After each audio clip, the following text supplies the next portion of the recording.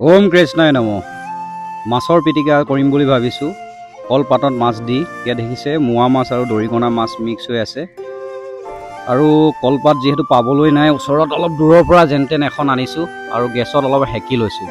পাতখন গেছত সেকি ল'লে বা জুইত সেকি ল'লে ভাল, কিয়নো তেতিয়া ফালি নাযায় আৰু পাতখন মানে মাছখিনি বান্ধিবলৈ ধুনীয়া হয়।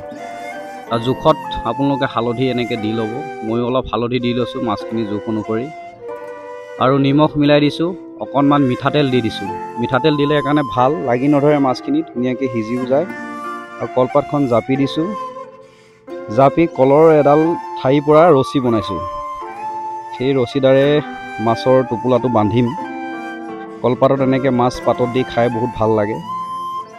যিহেতু গাঁৱত নাই, এতিয়া পোৱা নাযায়, আমি কেতিয়াবা এদিনহে খাবলৈ চেষ্টা কৰিছোঁ। আৰু জুইত দিব লাগে। জুই মানে আঙাঠা পৰা জুইত দিলে ভাল হয়, কিয়নো ডাইৰেক্ট জুইত বস্তুখিনি নিসিজে, পাতটো জ্বলি যায়। সেইকাৰণে অলপ টাইম জুইটো জ্বলাই পিনি অলপ আঙঠা পৰিবলৈ দিম। আঙঠা পৰাৰ পাছত এয়া অলপ আঙঠা পৰিল, মাছৰ টোপোলাটো দি দিছোঁ। তলত আঙঠা আছে আৰু ওপৰত খৰি অলপ জাপি দিছোঁ। আৰু খুব এনেদৰে দিয়াৰ পিছত 25 মিনিটমান ৰখাৰ পিছত ধুনীয়াকৈ জ্বলি শেষ হৈ গ'ল জুইবোৰ, আৰু আঙঠাখিনি ওপৰত পৰিল।